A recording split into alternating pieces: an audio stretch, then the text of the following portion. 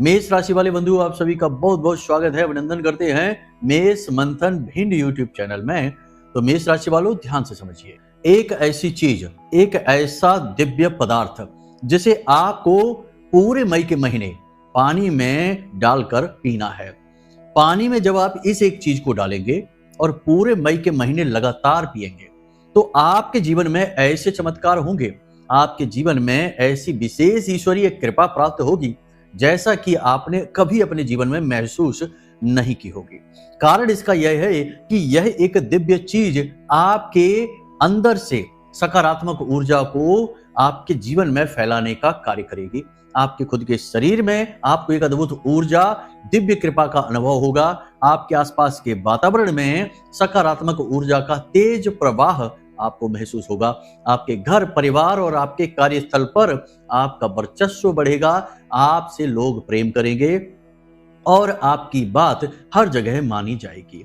अब रही बात समस्याओं की, तो आपके जीवन में जो आज के समय में समस्या चल रही है, चाहे वह समस्या धन से संबंधित हो, चाहे पारिवारिक कलह क्लेश से संबंधित हो, चाहे कर्जे की समस्या हो, या फिर घर में बीमारियों का वास हो गया हो, या आपके स्वयं के शरीर में बीमारी स्थिर रूप में विराजमान हो गई हो, हर एक समस्या का निदान इस एक चीज में जुड़ा हुआ है।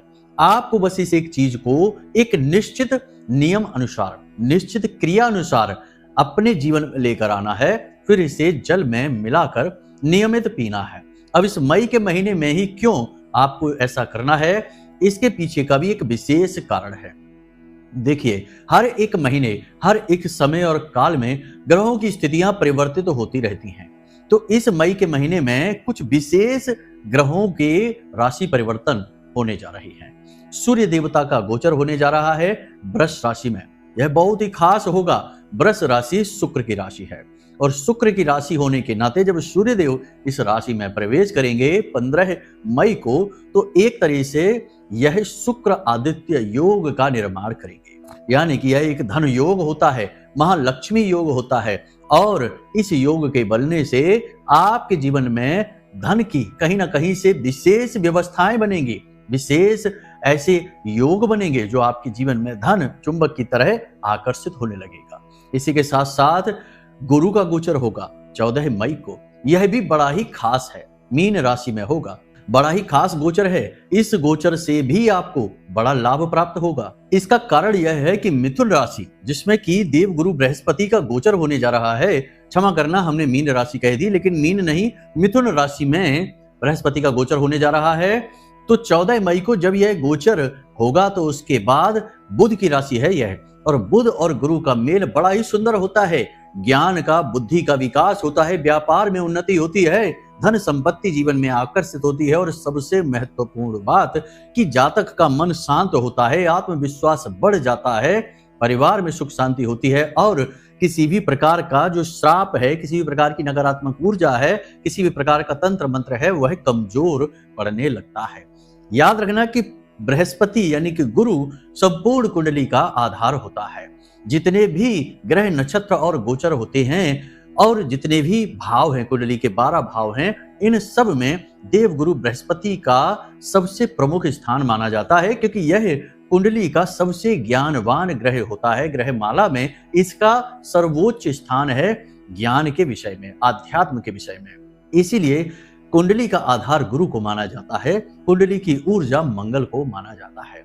तो कहने का मतलब यह है कि आने वाले समय में, इस मई के महीने में आपको बड़े लाभ मिलने वाले हैं। लेकिन ये बड़े लाभ आपको मिलेंगे कब? जब आप कुछ विशेष उपाय, क्रियाएं करेंगे। और इसी विशेष उपाय और क्रिया के क्रम में आज हम आपको बताने जा रहे हैं इस एक चीज के विषय में। इस एक चीज को आपको लगातार पूरे मई के महीने अपने पानी में मिलाकर पीना है। और कैसे पीना है, क्या पीना है, इसे तो हम आपको विस्तार से बताएंगे ही। लेकिन इसी के साथ साथ अगले 5 से 7 दिनों में घटने वाली कुछ विशेष घटनाओं के विषय में भी आपको बताएंगे। कुछ नकारात्मक और कुछ सकारात्मक घटनाएं होंगी, कुछ संकेत होंगे जो दिव्य ऊर्जाओं के आपको प्राप्त हो रहे हैं। कारण इसका यह है कि समय परिवर्तित होने वाला है, अनुकूल समय आने वाला है, और जब समय परिवर्तित होता है तो जो आपके आसपास दिव्य शक्तियां होती हैं, आपके पुरखे पूर्वज, या आपके जो देवता हैं, आराध्य देव हैं, कुल देवता हैं, वे आपको संकेत देना प्रारंभ करते हैं। तो आपको इन संकेतों को पकड़ना चाहिए, क्योंकि जब आप इन संकेतों को पकड़ेंगे तो अपने जीवन में परिवर्तन करना भी शुरू कर देंगे और इससे एक ऊर्जा का संचार शुरू होता है। आपके आसपास ऊर्जा का वातावरण बनना शुरू होता है और फिर ग्रहों का परिवर्तन पूरा प्रभाव आपके जीवन में लेकर आता है। कहने का मतलब यह है कि इस कार्यक्रम में हम आपको 3-4 बड़ी ही प्रमुख बातें बताने वाले हैं। पहले तो हम उस चीज के विषय में बताएंगे, दूसरा हम आपको आने वाले 5 से 7 दिनों की सटीक भविष्यवाणियां बताएंगे, कुछ अच्छी कुछ बुरी। तीसरा हम आपको दिव्य ऊर्जाओं के दिए गए संकेत बताएंगे जिन्हें आपको पकड़ना ही चाहिए। और चौथा हम आपको बताएंगे एक ऐसा विशेष उपाय, एक ऐसी विशेष क्रिया जिससे गुरु और मंगल की ऊर्जाएं संतुलित हो जाती हैं और जीवन में प्रेम की गंगा बहने लगती है, धन की वर्षा होने लगती है और दिव्य शक्तियां आपकी ओर आकर्षित होने लगती हैं। जी हाँ बंधुओं, तो इस महा उपाय को भी आपको अवश्य सुनना होगा, इसी में आपका उद्धार छिपा हुआ है। तो चलिए बंधुओं, उम्मीद करते हैं कि आप हमारी बातों को समझ रहे हैं। कार्यक्रम में अंत तक अवश्य ठहरेंगे क्योंकि बड़ी मेहनत से, लगन से हमने आपके लिए यह कार्यक्रम बनाया है। आप इसे पूरा सुनेंगे और इसमें बताई गई क्रियाओं को जीवन में शामिल करेंगे तो आपको इस मई के महीने में अद्भुत लाभ प्राप्त होंगे और मई का महीना समाप्त होते होते एक बड़ी सी मुस्कुराहट आपके चेहरे पर दिखाई देगी और उसमें कहीं ना कहीं छोटा सा योगदान हमारा भी होगा और महामाई की बड़ी सी कृपा आपके पास होगी। तो चलिए बंधुओं, कार्यक्रम को अंत तक अवश्य देखना। माई को याद करते हुए, महामाई को अभिवादन करते हुए इस कार्यक्रम को प्रारंभ करते हैं। कमेंट बॉक्स में पूरे भक्ति भाव के साथ लिख डालिए, जय मां भद्रकाली कृपा करो। महामाई इतनी दयालु है कि वे निश्चित तौर पर आपके ऊपर कृपा करेंगी, हमें पूर्ण विश्वास है। इसी के साथ साथ यदि माई के लिए भाव गहरा है, जो कि होना ही चाहिए, हमारी माँ, आपकी माँ, सबकी माँ एक तरफ और महामाई एक तरफ।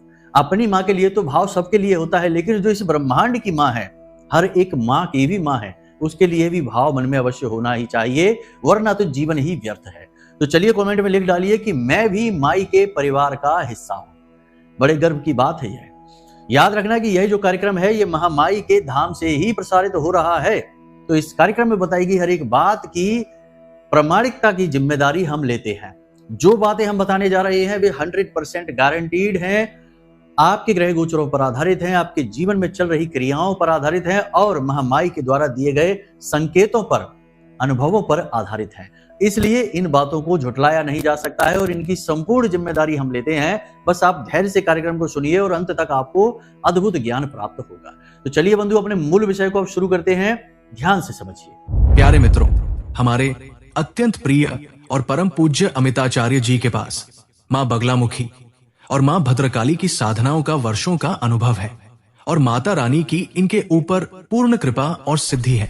आचार्य जी ने अपने सटीक कुंडली विश्लेषण और श्रेष्ठतम उपायों के माध्यम से हजारों लोगों के जीवन को खुशियों से भरा है। आचार्य जी का कुंडली विश्लेषण और उपाय करवाने का तरीका इतना अद्भुत है कि जीवन के हर एक दुख और कष्ट का कारण जड़ से ही समाप्त हो जाता है। फिर समस्या चाहे जैसी भी हो, कर्जा बहुत बढ़ गया हो, व्यापार चल नहीं रहा हो, बीमारियों में आप बर्बाद हो चुके हो, रिश्तों में प्रेम समाप्त हो चुका हो, या फिर नौकरी ही ना मिल रही हो, विवाह में देरी होती हो, कैसी भी समस्या हो, इन समस्याओं का कारण क्या है, कौन सी महादशा परेशान कर रही है, कौन सा दोष लगा हुआ है, सब कुछ आचार्य जी इतना सटीक बताते हैं कि वर्षों वर्ष के दुख कुछ ही दिनों में समाप्त हो जाते हैं। अगर आपके जीवन में भी कोई ऐसी संकट की घड़ी है तो यही सही समय है जब आप पूज्य आचार्य जी के हाथों से अपनी कुंडली का विश्लेषण करवाएं और वर्षों से चल रहे दुखों और संकटों के इस चक्र से बाहर निकल जाए। प्यारे मित्रों, अभी वीडियो में दिए गए नंबरों पर फोन करिए और अपनी कुंडली का श्रेष्ठतम आकलन करवा डालिए। जिंदगी बदलने का ये सबसे बड़ा मौका हाथ से मत जाने दीजिएगा। जय माई की, महामाई आपका कल्याण करे। सबसे पहले बात करते हैं आने वाले 5 से 7 दिनों की विशेष भविष्यवाणियां। तो सबसे पहले बात करते हैं सेहत के विषय में, क्योंकि यही तो सबसे बड़ा सुख है। पहला सुख है सुंदर काया। तो सुंदर काया यानी कि स्वस्थ काया, हेल्दी बॉडी। तो हेल्दी बॉडी आपकी रहेगी कि नहीं अगले 5 से 7 दिनों में, ध्यान से समझिए। हेल्दी शरीर यानी स्वास्थ्य आपके पास अगले 5 से 7 दिनों में रहेगा। परंतु इसके लिए आपको 3 काम करने होंगे। पहला काम यह है कि अपने स्वास्थ्य का ख्याल रखना होगा। दूसरा काम यह है कि खान पान का विशेष ख्याल रखना होगा। और तीसरा काम यह है कि योग, प्राणायाम और अध्यात्म से जुड़ना होगा। चौथा काम एक और आपको बता देते हैं कि अनुशासन में रहना होगा। अनुशासन केवल इतना ही नहीं है कि समय से सो गए और समय से जाग गए। अनुशासन मतलब कि खान पान का अनुशासन, घूमने फिरने का अनुशासन और समय बर्बाद ना करने का अनुशासन, और सबसे महत्वपूर्ण कि हर एक कार्य को निश्चित समय पर पूर्ण कर लेने का अनुशासन। यदि आप ये सारी चीजें मानते हैं, उल्टी सीधी चीजें नहीं खाते, इधर उधर व्यर्थ में घूमकर, व्यर्थ की यात्राओं में जाकर, टूरिस्ट प्लेस पर घूम रहे हैं यूं ही बिना मतलब में, या फिर यूं ही दोस्तों यारों के साथ इधर उधर भटक रहे हैं, अपना काम का होश ही नहीं है, अपने काम पर ध्यान ही नहीं है, बस यूं ही मस्ती में घूम रहे हैं, तो ऐसे में क्या होगा? देवताओं की कृपा कैसी रहेगी? ये जीवन जो मिला है यह कर्म के लिए मिला है, अपने आत्म उत्थान के लिए मिला है, किसी और पर एहसान करने के लिए नहीं मिला है। और ना ही इस संसार में आकर आपने इस संसार पर कोई एहसान किया। ये संसार तो सिर्फ एक टेस्ट पेपर है, एक परीक्षा पत्र है जो आपको मिला है। आप कैसे इस परीक्षा पत्र को हल करते हैं, इसी के हिसाब से ऊपर वाला यह तय करेगा कि अगले जन्म, या यूं कहे कि ब्रह्मलीन आप कब होंगे। आपकी सीढ़ी एक के बाद एक आपको आगे बढ़ना है, चढ़ना है उन पर। या तो आपके कर्म आपको नीचे गिराएंगे, पशु योनि तक पहुंचा देंगे, या फिर आपके कर्म आपको और ऊपर ले जाएंगे। तो बस काम करना है, मेहनत करनी है, लगन से काम करना है, मन में ईश्वर की भक्ति रखनी है, ईश्वर में पूरी आस्था और विश्वास रखना है, और बस इसी से आत्मोत्थान होता है। सत्य की राह पर चलना है। समय बर्बाद करने में या फिर इधर उधर की फिजूल बातें करने में कभी भी विश्वास नहीं रखना है। यही तो है ईश्वर की विशेष कृपा, और यही है सतमार्ग पर चलना। तो बस यही आपको करना है, तो आपका स्वास्थ्य अच्छा रहेगा। लापरवाही का नतीजा खतरनाक होगा, और इतना खतरनाक होगा कि आप अपना काम छोड़ छाड़कर घर पर लेटना पड़ेगा अगर आपने अपने स्वास्थ्य का जरा भी ख्याल नहीं रखा। बेशक काम करने के चक्कर में ही आप अपने स्वास्थ्य को भूलेंगे तो ऐसे बीमार होंगे कि आपको घर पर रुकना पड़ेगा। काम तो छूट ही जाएगा, सेहत भी आपकी खराब हो जाएगी। विशेष ख्याल रखने की आवश्यकता है सेहत की, ठीक है, क्योंकि मंगल नीच के चल रहे हैं, 100% आपको बीमार करेंगे, तो थोड़ा सावधान रहने की आवश्यकता है। अब बात करते हैं दूसरी भविष्यवाणी। अगले 5 से 7 दिनों में आपको कर्जा लेना पड़ेगा। कर्जा किसी न किसी रूप में आपके पास आएगा, हर हाल में आएगा, आप रोक नहीं सकते हैं। देखिए, जो नियम है, जो विधि का विधान है, उसे रोका नहीं जा सकता। वह विधि ने अपने हाथ में ले रखा है। हानि लाभ जीवन मरण, यश अपयश विधि हाथ। हानि मतलब कर्जा। तो जब आप पूर्ण रूप से अपने जीवन में व्यवस्थित चलेंगे, हर निर्णय को सोच समझ कर लेंगे, तो आप कर्जा भी यदि ले लेते हैं तो उससे मुक्ति के मार्ग भी आपको पता रहते हैं कि कैसे इससे बाहर निकलना है। लेकिन यूं ही अंधों की तरह हम जीते हैं, हमें होश ही नहीं कि हम क्यों पैसा ले रहे हैं। जिसे हम जरूरत समझ रहे हैं, क्या सचमुच में वो जरूरत है? हमने देखा है कि लोग महंगे महंगे मोबाइल फोन लेने के लिए कर्जा ले लेते हैं, महंगे महंगे चीजें खरीदने के लिए कि मोबाइल लेना है, गाड़ी लेनी है, और यूं ही कर्जा लिए जा रहे हैं। और बाद में कहते हैं कि महाराज जी हमारा कर्जा ही नहीं चुकता है, एक के बाद एक कर्जा हमारे पीछे लगा हुआ है। तो किसने कहा कि बहुत महंगा फोन चलाना है? किसने कहा कि ब्रांडेड कपड़े ही पहनने हैं? किसने कहा कि दुनिया में दिखावेबाजी करके ही जीवित रह सकते हैं? साधारण जीवन जीकर भी आप बड़ी खुशहाली के साथ रह सकते हैं। तो बुद्धिमानी का पूर्ण परिचय आपको देना है। देखिए, हमारी बातें थोड़ी सी कठोर हो सकती हैं, किसी के दिल को चुभ सकती हैं, लेकिन बातों में सच्चाई है, इसीलिए बात चुभेगी। क्योंकि हम पहले भी अपने कार्यक्रमों में कह चुके हैं कि यह कलयुग है, और कलयुग में सत्य बड़ा रूखा सूखा और कड़वा सा है, और बड़ा ही तीखा है, चुभ जाता है। और झूठ बड़ा रसीला, बड़ा ही मीठा, एकदम गुलाब जामुन की तरह चाशनी में डूबा हुआ। लेकिन समस्या यह है कि जैसे ही झूठ जीवन में आता है, जीवन निरर्थक हो जाता है, अर्थहीन हो जाता है, बिल्कुल बिना पतवार के नाव की तरह जीवन हो जाता है, कहीं का कहीं भटकता हुआ निकल जाता है। लेकिन जो सत्य की राह पर चलता है, उसका जीवन रूखा सूखा और कड़क हो सकता है, लेकिन वह चलेगा मार्ग पर ही, क्योंकि सत्य पर चलने वाले का हाथ स्वयं भगवान पकड़ते हैं। इसीलिए कमजोर होने के बावजूद भी पांडवों का साथ भगवान श्री कृष्ण ने दिया, क्योंकि वो सत्य की राह पर चल रहे थे। तो याद रखना कि आपको सत्य कड़वा लग सकता है, लेकिन सत्य की खूबी यही है कि वह अपने आप में पूर्ण है। उसे दिखावेबाजी की जरूरत नहीं है, नाटक की, ड्रामेबाजी की आवश्यकता नहीं। इसलिए थोड़ी सी कड़वी बातें हो जाती हैं, तो इन बातों के सार को समझना है, ठीक है। तो चलिए यहां तक आपने समझ लिया, कर्जा नहीं लेना है, लेंगे तो आप जरूर, लेकिन कर्जा लेने में बुद्धिमानी का प्रयोग करना है। 100 रुपए की जरूरत पड़ रही है तो कोशिश करें 50 रुपए में ही काम चल जाए, 50 रुपए का ही कर्जा लें, कम से कम कर्जा लें। कर्जा लेते समय राहु काल का अवश्य ध्यान रखें। दिन में 1.5 घंटे का समय राहु काल का समय होता है, उस राहु काल में कर्जा ना लें, वरना आप पूरा जीवन मेहनत करेंगे, कर्जा नहीं चुका पाएंगे और यही कर्जा आपका हर जगह अपमान भी कराएगा। तो राहु काल का विशेष ख्याल रखें। राहु काल आप आसानी से पता लगा सकते हैं, कोई भी ऐप डाल लें, अपने मोबाइल में डाउनलोड कर लें और उस ऐप में देख लें, गूगल पर जाकर सर्च कर लें, आपको पता लग जाएगा राहु काल क्या होता है। राहु काल में कोई भी कर्जा नहीं लेना है, ये याद रखना है, ठीक है। इसी के साथ साथ पार्टनरशिप वगैरह के ऑफर आ सकते हैं, कहीं इन्वेस्टमेंट करने के ऑफर आ सकते हैं, पैसा आप कहीं लगाएं, ऐसा कोई सलाह आपको दे सकता है, तो इनमें बड़ा ही सतर्क रहना।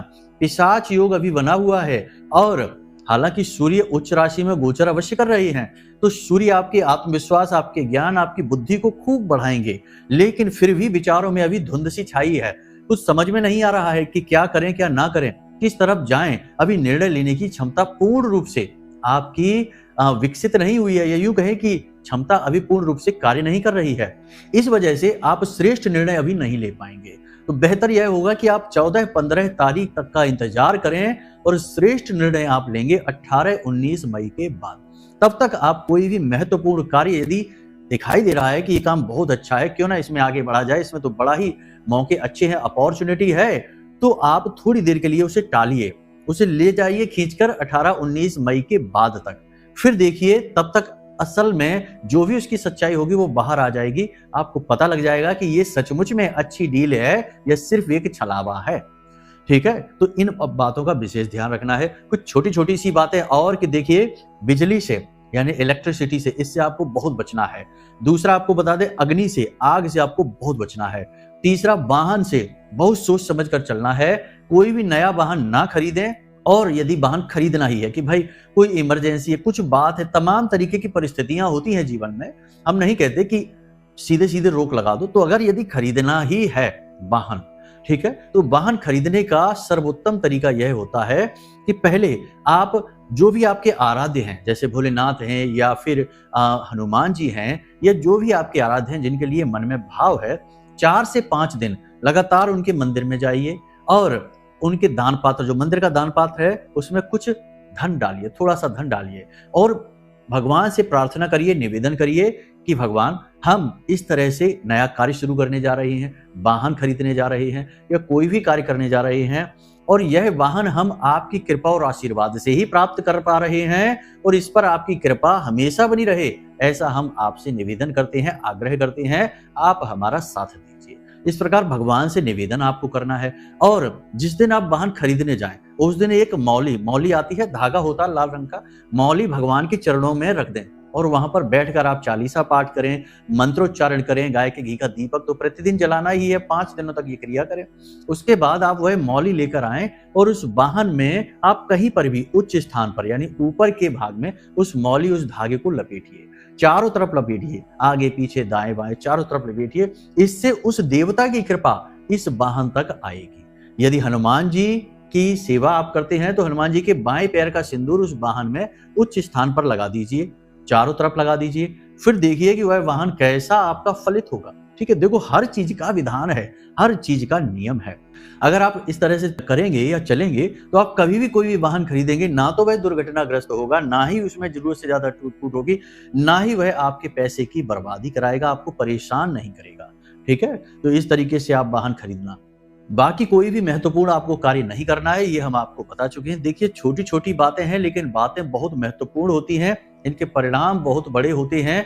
हमेशा छोटी बात ही लोग अनदेखी करते हैं और बाद में उसके बड़े दुष्परिणाम जब जीवन में आते हैं तो लोग रोते फिरते हैं कि गुरुजी, हमने तो कोई गलती नहीं की, लेकिन हमें इतने दुख क्यों मिल रहे हैं, हमारा काम क्यों नहीं चल पा रहा। गलतियां छोटी छोटी इतनी सारी कर ली कि एक बड़ा दुष्परिणाम निकल कर बाहर आ गया। तो इसको समझना बहुत जरूरी है। तो ये भविष्यवाणियां हो गई हैं। कुछ छोटी छोटी भविष्यवाणियां और हैं कि अपनी वाणी पर आपको नियंत्रण रखना है अगले 5 से 7 दिन, वरना झगड़ा हो सकता है, तनाव विवाद हो सकता है। साथ ही आपको वाहन आदि संभल कर चलाना है, वरना दुर्घटना छोटी मोटी हो सकती है। ऊंचे स्थानों पर संभल कर जाना है, गिर सकते हैं, फिसल सकते हैं, चोट लग सकती है। और रात्रि के समय कहीं घूमने या विचरण करने नहीं जाना है। किसी पर भी पूर्ण विश्वास नहीं करना है। धोखा घात हो सकती है आपके साथ, कोई चोट कर सकता है, जानबूझकर षड्यंत्र रच के आपको चोट पहुंचा सकता है। तो इन बातों को आपने ध्यान से समझ लिया। ये बातें आपके जीवन में 70 से 80% सटीक बैठेंगी। आप इन्हें बस ध्यान से समझकर देखना अगले 5 से 7 दिनों में क्या हो रहा है कि नहीं। ठीक है, बाकी अब बात करते हैं संकेतों की, क्योंकि देखिए समय परिवर्तित जब होता है धीमे धीमे, तो देवताओं के संकेत मिलने शुरू होते हैं। तो अब संकेतों को ध्यान से समझिए। 3 तरीके के संकेत ही हम आपको बताएंगे, ज्यादा नहीं। फिर आप खुद ही समझ जाएंगे कि पॉजिटिव समय आ रहा है, आपका नजदीक है और आपको क्या करना है। अगर आपको सपने में पक्षी दिखाई देते हैं 3-4 तरीके के, हंस दिखाई देता है, नीलकंठ दिखाई देता है, मोर दिखाई देता है, या फिर किसी भी प्रकार का कोई भी उड़ता हुआ पक्षी दिखाई देता है, तो आप समझ जाना कि देवताओं की कृपा आपके ऊपर है। आपको शुभ संकेत मिल रहे हैं। कोई बड़ा अवसर, कोई बड़ा मौका आपके जीवन में आने वाला है। जैसे ही ग्रह परिवर्तित होंगे आपको अवसर प्राप्त होंगे। 14-15 तारीख से लेकर 18-19 तारीख के बाद आपके जीवन में शुभ घटनाएं घटेंगी। आपको एक बहुत बड़ा मौका मिलेगा। इसी के साथ साथ यदि आपको सपने में हाथी दिखाई देता है, बरगद दिखाई देता है, घोड़े दिखाई देते हैं, या फिर कोई देवी देवता दिखाई देते हैं, तो यह भी बड़ा ही शुभ संकेत है। देवी देवताओं का कोई देव स्थान, देवालय वगैरह दिखाई देता है, कोई देवी देवताओं का चिन्ह वगैरह दिखाई देता है, तो यह भी बड़ा शुभ संकेत है। इससे भी यह प्रमाणित होगा कि आपके जीवन में शुभ घड़ियां आ रही हैं, देवता आपको शुभ संकेत दे रही हैं। इसी के साथ साथ अगले 5 से 7 दिनों में यदि यह होता है कि आप जा रहे हैं कहीं पर और आपके सामने से गाय चली आ रही है, ठीक है, आपके सामने से गाय चली आ रही है और वह आपके बगल से निकल जाती है, तो यह शुभ संकेत है। देखिए, वैसे तो लोग कहेंगे कि ये कौन सी बड़ी बात है, ये तो अक्सर ही ऐसा हो जाता है। तो अक्सर इस तरीके से नहीं होगा। इस बार जो आपके सामने गाय आएगी वह आपको ऐसा लगेगा जैसे आपके लिए ही आ रही है। ऐसा लगेगा ठीक आपके सामने आ रही है, फिर ठीक आपके सामने से आकर रास्ता बदलकर निकल जाएगी। यह बड़ा ही शुभ संकेत है। यदि आप घर से बाहर निकलें अगले 5 से 7 दिनों में और कोई पूजा पाठ करने वाला व्यक्ति, धार्मिक व्यक्ति, कोई गुरुजन या फिर कोई बड़ा बुजुर्ग जो बड़ी ही शुद्ध बुद्धि का इंसान है, बहुत से लोग ऐसे होते हैं ना, आपके रिश्ते में भी होंगे, आपके गली मोहल्ले में ऐसे लोग होंगे, कुछ गिने चुने ही होते हैं, ऐसे 100-200 में से एक आध ही ऐसा होता है जो सचमुच का ज्ञानी है, सत्य के मार्ग पर चलने वाला है और भगवान का भक्त है। यदि आपको उसके दर्शन हो जाते हैं सुबह सुबह, तो समझिए कि आपको शुभ संकेत मिल रहे हैं। इसी प्रकार यदि आपके मन में इच्छा होती है कि आप किसी धार्मिक स्थान पर जाएं, भगवान के दर्शन करें, ईश्वर की कृपा प्राप्त करें, और आप कोई पूजा पाठ अनुष्ठान शुरू कर देते हैं अगले 5 से 7 दिनों में, छोटा मोटा ही सही, तो समझिए कि देवी देवताओं की अति कृपा आपके ऊपर हो चुकी है। शुभ समय नजदीक है, आपका जीवन बदलने वाला है। ठीक है, ये हमने संकेतों के विषय में बताया। अब आपको बताते हैं उस एक चीज के विषय में। देखिए, पंचमुखी रुद्राक्ष बहुत ही शक्तिशाली होता है, पंच महाभूतों का प्रतीक होता है। कोई चाहे कुछ भी कहे कि ये 7 मुखी, ये 10 मुखी, ये 1 मुखी, ये देखो, सबकी अपनी अलग ऊर्जा है, सबका अपना प्रयोग है, लेकिन पंचमुखी रुद्राक्ष का कोई तोड़ नहीं है। यह सर्वशक्तिमान है, क्योंकि पंच महाभूतों से यह प्रकृति बनी है, पंच तत्व से ही संपूर्ण ब्रह्मांड बना है, और इन्हीं पंच तत्वों का प्रतीक है यह पंचमुखी रुद्राक्ष। और भगवान भोलेनाथ का अंश है इसमें, इसलिए यह बहुत ही महत्वपूर्ण और बहुत ही पवित्र हो जाता है। और आप ध्यान से समझिए कि चाहे राहु हो, केतु हो, चाहे शनि हो, या कोई भी अन्य ग्रह क्यों ना हो, भोलेनाथ के आगे सब बिल्कुल शून्य हैं, क्योंकि देवों के देव महादेव सबके ऊपर हैं। ठीक है, तो आपको क्या करना है कि पंचमुखी रुद्राक्ष एक लेना है। इस रुद्राक्ष को रोज पानी में डालकर रात्रि के समय रख दीजिए। कैसे रखना है, ध्यान से समझिए। आपको एक पात्र लेना है, तांबे का पात्र आप ले सकते हैं, कांच का पात्र आप ले सकते हैं। तांबे के इस पात्र में जल भरना है, छोटा सा भी पात्र ले सकते हैं, और उसमें आपको रुद्राक्ष डाल देना है। अब यह रुद्राक्ष अगर शुद्ध होगा तो यह डूब जाएगा, जमीन में तली में जाकर बैठ जाएगा। और यदि अशुद्ध होगा, यानी कि प्लास्टिक का होगा या किसी अन्य प्रकार का, क्योंकि आजकल मिलावटी दौर है, हर चीज में मिलावट, अति की मिलावट है, तो प्लास्टिक का भी हो सकता है, तो वह तैरने लगेगा। ठीक है, तो यह रुद्राक्ष जब अगर तली में बैठ जाता है, और देखना कि रुद्राक्ष ज्यादा चमकता ना हो, ज्यादा घिसाई ना हुई हो, शुद्ध स्वरूप में हो, रूखा सूखा सा हो, लकड़ी जैसा दिखाई देता हो, तो समझना ठीक है। तो वह तली में बैठ जाए तो समझ लेना शुद्ध है। अब आपको प्रतिदिन यही करना है कि रात्रि के समय एक पात्र में रुद्राक्ष डालकर अपने सिरहाने रखकर सो जाना है। बिस्तर के सिरहाने आप रख सकते हैं, जमीन में रख सकते हैं। उसके बाद ढककर इस पात्र को सोना है, और सुबह जब आप सोकर जागें तो इस पात्र से जल किसी अन्य पात्र में ले लीजिए, और उस जल को ना केवल स्वयं पिए बल्कि अपने परिवार के सभी सदस्यों को थोड़ा थोड़ा जल वह पिवाइए। बहुत ही शुभ हो गया है यह जल। इस जल में दिव्य शक्तियां समाहित हो गई हैं। रुद्राक्ष ने इसे पूर्ण रूप से पवित्र कर दिया है। यह जल आपके जीवन में ऊर्जा का ऐसा अद्भुत प्रवाह करेगा कि आप खुद भी आश्चर्य में पड़ जाएंगे। जल को ऊर्जा का सुचालक कहा जाता है। जल में ऊर्जा बड़ी तेजी से प्रवाहित होती है। इसी वजह से जो रुद्राक्ष की ऊर्जा है वह जल समाहित कर लेता है। और वैसे भी जल को तो ऊर्जा का केंद्र, ऊर्जा का धारक कहा जाता है। इसीलिए तो आपने देखा होगा पुराने समय में ऋषि मुनि किसी को श्राप देते थे या वरदान देते थे तो जल हाथ में जरूर लिया करते थे, और जल छिड़क कर ही श्राप वगैरह दिया जाता था। जल से शुद्धि होती है, जल से पूजा पूर्ण होती है, जल से देवता प्रसन्न होते हैं, और जल जीवन का आधार है। इसलिए रुद्राक्ष की ऊर्जा को जल अपने अंदर समाहित कर लेगा। फिर आप इसे रोज इसी तरह प्रयोग करिए 30 दिन तक लगातार, यानी कि पूरे मई के महीने से लगातार आप प्रयोग करिए। और जैसे ही राहु का, केतु का, शनि का दुष्प्रभाव आपके ऊपर से हटेगा 18-19 मई के बाद चमत्कार ही हो जाएगा। आप खुद हमें फोन करके कहेंगे कि गुरुजी बहुत बहुत धन्यवाद। लेकिन वह धन्यवाद हमें नहीं, वह धन्यवाद जाएगा महामाई माँ बगलामुखी को, क्योंकि उन्हीं की सेवा, उन्हीं की कृपा से हम इस लायक हैं कि हम कुछ दो बातें आपको बता पाते हैं। तो चलिए बंधु, आज के इस कार्यक्रम को यहीं विराम देते हैं। यदि मन में कोई प्रश्न उठे, कुछ बात पूछनी है या कुंडली विश्लेषण कराना है, क्योंकि कभी कभी जीवन में कुछ ऐसी चीजें होती हैं कि जो आपके काबू से बाहर होती हैं। लाख प्रयास करने के बाद, लाख मेहनत करने के बाद, तमाम उपाय क्रिया करने के बाद भी एक विशेष परेशानी है जिससे पीछा ही नहीं छूट रहा है, तो इसके लिए कुंडली दिखाना जरूरी रहता है। क्योंकि कुंडली में कुछ ऐसा है जो आपको जानना जरूरी है और उसका उपाय क्रियाएं करना जरूरी है जो आपकी कुंडली पर आधारित है। तो आप अपनी कुंडली का विश्लेषण करा लेना। वीडियो में नंबर हमने दे दिया है, इन्हीं नंबरों पर फोन करिए और अपनी कुंडली का विश्लेषण करा लीजिए। हम स्वयं आपकी कुंडली का विश्लेषण करके आपको दे देंगे। तो चलिए बंधु, हमेशा हंसते रहिए, मुस्कुराते रहिए, सकारात्मक रहिए, महामाई पर अपनी आस्था और विश्वास बनाकर रखिए, क्योंकि आपका उद्धार तो वहीं से होना है। प्रेम से बोलिए जय माई की। महामाई आपका कल्याण करें। धन्यवाद। हमारे प्रिय और परम पूज्य आचार्य जी ने अपनी साधनाओं के अनुभवों पर आधारित शक्तिशाली उपाय और क्रियाओं के माध्यम से हजारों लोगों के जीवन को पूरी तरह से बदला है। आचार्य जी के द्वारा बताया गया हर एक उपाय इतना सटीक और कारगर होता है कि जो भी इसे पूरे भाव के साथ कर लेता है उसे साक्षात महामाई की कृपा और आशीर्वाद प्राप्त हो जाती है। इसलिए निसंकोच इन उपायों को पूरे भाव के साथ करिए, आपका कल्याण होगा। जय माई की।